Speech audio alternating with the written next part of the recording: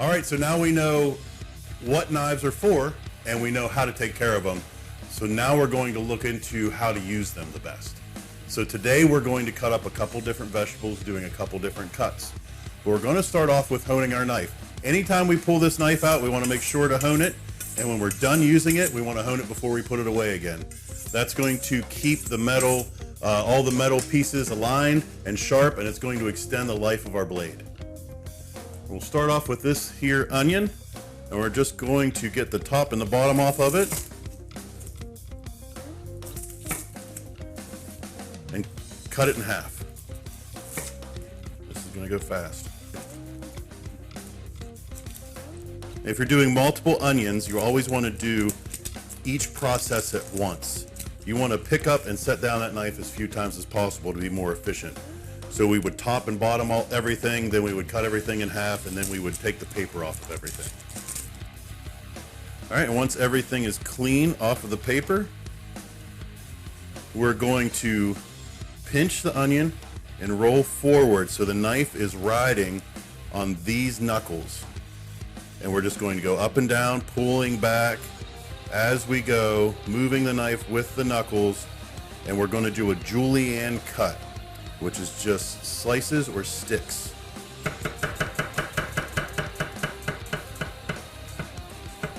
Once we get to the kind of the end or the butt of the onion here, we're going to slide the cuts away that we've already made and roll that onto its side and finish it off that way.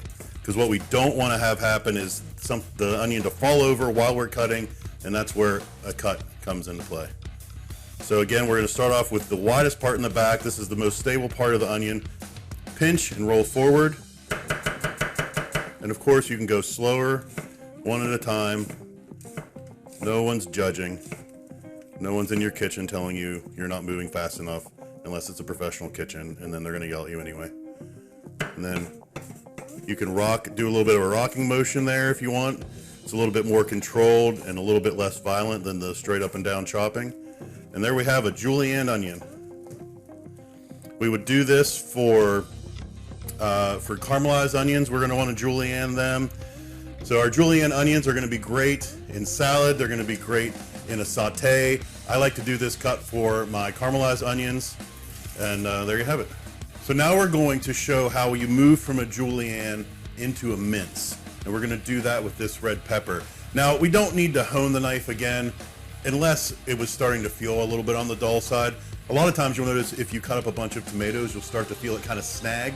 That's a good time to hone again, but really, as a matter of course, just before and after each project, in between as needed. And what I want to look here, I'm going to look for the lobes of my pepper. And inside of that, there's connective tissue, there's pith there that I don't want. So I'm going to cut the pepper off of that. So now there's very little of that in there, which it's not going to hurt anything, but it doesn't taste as good. And we're just going to cut that right off. So we see here how the pith is right there. And I'm just going to cut from that, cut that away, cut the flesh away from that pith.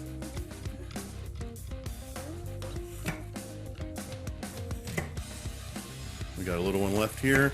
And then to not be super wasteful, we can always take this bottom and take that out. You can cut around the top too if you're inclined, if you really want to make sure to get every possible bang for your buck. But these aren't that expensive, and it really comes down to not being worth your time.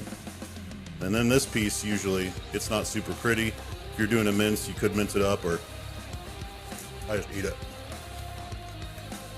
We call that chef bites.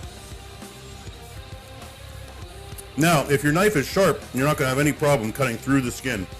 If your knife is on the duller side, you might want to flip it around and cut through the flesh first. It'll tear through the skin a little bit, and it won't be quite as clean a cut, but it may be a little bit easier for you. And again, we're just going to do those sticks. Going to do that Julienne cut. I'm going to give it some downward pressure with my fingers and roll them forward for my blade to ride on that second part of my finger there.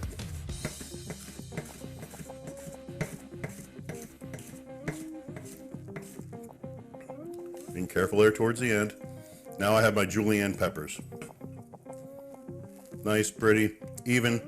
The size is important for cooking because you want them all to cook at the same rate, and to do that they need to be the same size. We'll sneak in that little guy there. Now if I wanted to mince these, I just take the julienne cut here. I'm going to bunch them together and pinch with my thumb and my pinky finger, and then downward pressure with my pointer and my middle finger, rolling forward to ride on those knuckles. And I'm just going to cut away a beautiful little red pepper mince. And that is going to be gorgeous to garnish a salad or a protein with. Cooking with red pepper this size, you're going to want to be very careful because it will cook so fast.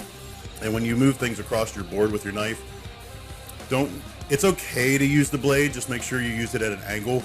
It's preferable to use the back end of your blade, and then you can just have your knife at a 90-degree angle to the board and scooch everything aside.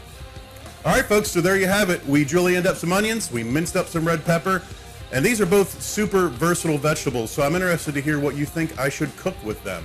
Drop your suggestions in the comments below, and of course, at the end of your project, don't forget to hone your knife and smash that subscribe button.